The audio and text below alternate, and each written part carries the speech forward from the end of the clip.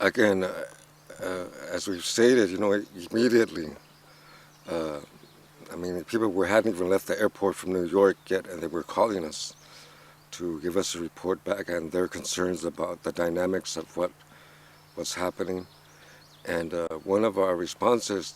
that we are proposing, and as a matter of fact, we're here at this conference to discuss it in strategic terms, is how we might implement an official report of the objections and interventions of the indigenous peoples that were brought forward at the Permanent Forum,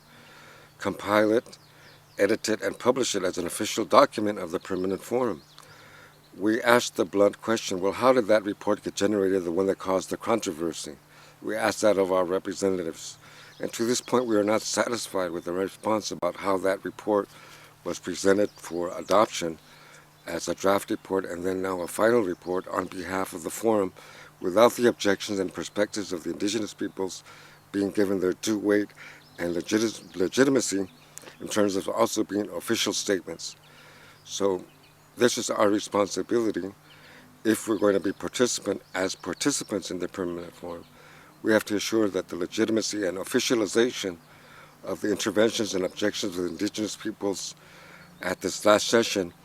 are compiled, edited, and published, again, as official documentation of the Permanent Forum. Whether this goes to the Secretariat or not, well, that's a separate question. The fact is that those interventions were made, those positions of opposition were clearly and forcefully stated. If they didn't make it into the draft report or are being incorporated with their due status and legitimacy in the final report, then our suggestion is that this is now within the realm of mandate of the the Global Peoples Indigenous Caucus as an official entity within the system of interrelationship between our nations and the UN system. That we don't have a budget, that we don't have resources, that we're scraping to attend and even participate, much less get to the point of being able to produce the documentation to establish and archive our positions for reference in terms of other issues such as the global climate change crisis and other issues that are touched upon, the implementation of the Declaration on the Rights of Indigenous Peoples.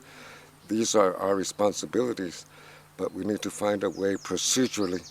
to have our, again, interventions and objections